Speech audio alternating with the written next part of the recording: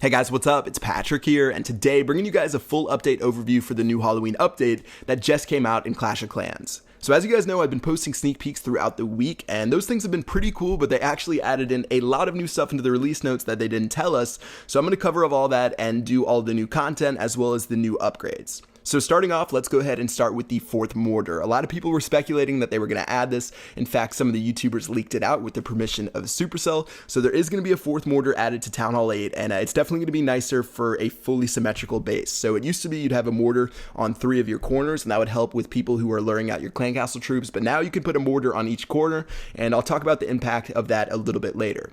So looking at the biggest thing with this update, obviously the skeleton trap was the last sneak peek yesterday. I'm going to go ahead and build all 3 of those and talk a little bit about what they're going to do. So first things first, some people were saying that they're just going to be a seasonal thing, but they're actually going to be permanent and they're not just for Halloween. So when it goes to Christmas and this update's over, the skeleton traps will still be there. So don't worry about spending all the gold. They'll still be there when the next update comes out. Alright, so looking at what we've got, at level 1, the skeleton trap's going to spawn 2 troops. At level 2, the skeleton trap's going to spawn 3 troops. And then after I upgrade this guy to level 3, you're going to see the artwork's going to change for the level 3 guy, as well as you're going to be able to spawn 4 troops.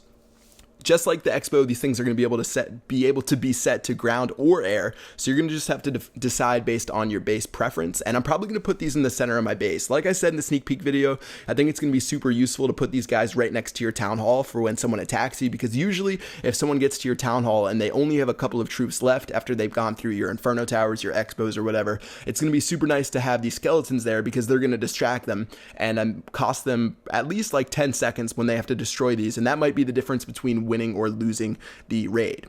So looking at the Spell Factory, they did add in a 1-gen boost for the Spell Factory for the duration of the Halloween update, so that's pretty nice. And yeah, let's take a look at some of the other things we got in this update. So for clans, they added in a lot of different clan stuff, and I sort of did that in sneak peek number 2 and 3, but let's go over it one more time. First of all, they added in war frequency, so whenever you create your clan, you can say if you're always going to war, never going to war, sometimes going to war. They have a bunch of different options there, as well as clan location, which we have set ours to Djibouti. So not sure why we have it like that, but I think we'll keep it around there for a while. And finally, the clan tag, that's going to give you a different hashtag that people can search and they can find your clan and sort of wade their way through the imposters. So I know for us, there's like 100 different Clashronauts clans. So if you guys search the hashtag that you see right there, you'll be able to find us super easily. Unfortunately, it's super long and it doesn't make any sense. So yeah, go ahead and pause the screen and search it up if you want to find us. One last note about clans, it is 250 characters now for the clan description, and let's go ahead and check out loot. So for loot, they actually added in 2 things into the release notes that I had no idea they were doing. They didn't tell me when I was out in Finland, but you guys will definitely be happy with what they did to the war loot as well as the league bonus. So for war loot, you're going to get 20% more gold, elixir, and dark elixir whether you win or lose, which is obviously amazing. And then for league bonuses, they've increased them across the board. So for Master 2, I'm getting 120,000 gold, 120,000 elixir, and 700 dark elixir, which is way more than I got in the past, which I think was like below 100,000 of each. So go ahead and check your league bonus because it's definitely been increased in the new update. Some final notes, they did do some boost improvements that I talked about in the sneak peek. You can boost all of your barracks at once, as well as they reduced the cost of some like really minor boosts, I think for like the level 11 gold mine and elixir pumps, so there's that. And then finally, for your profile, they've added in a super useful feature that lets you check what level troops you have and check other people's troops before you like let them in your clan. So if you go to someone's profile, you can see all of their troop levels, you can see their spell levels, their king and queen, what level those guys are. So this is going to be really helpful for recruiting, and you're not going to have someone train up archers before they try to join your clan, because I know in the past when we were recruiting people for Clashronauts, we'd say, hey, make sure you have level 6 archers and you've trained it up in your army camp, and people would request and they don't have any archers in their army camp, so you don't know what level of troops they have. It was a huge pain, but now you can just check out their profile, see what they've got, and then you can either accept or deny them when they try to apply to your clan.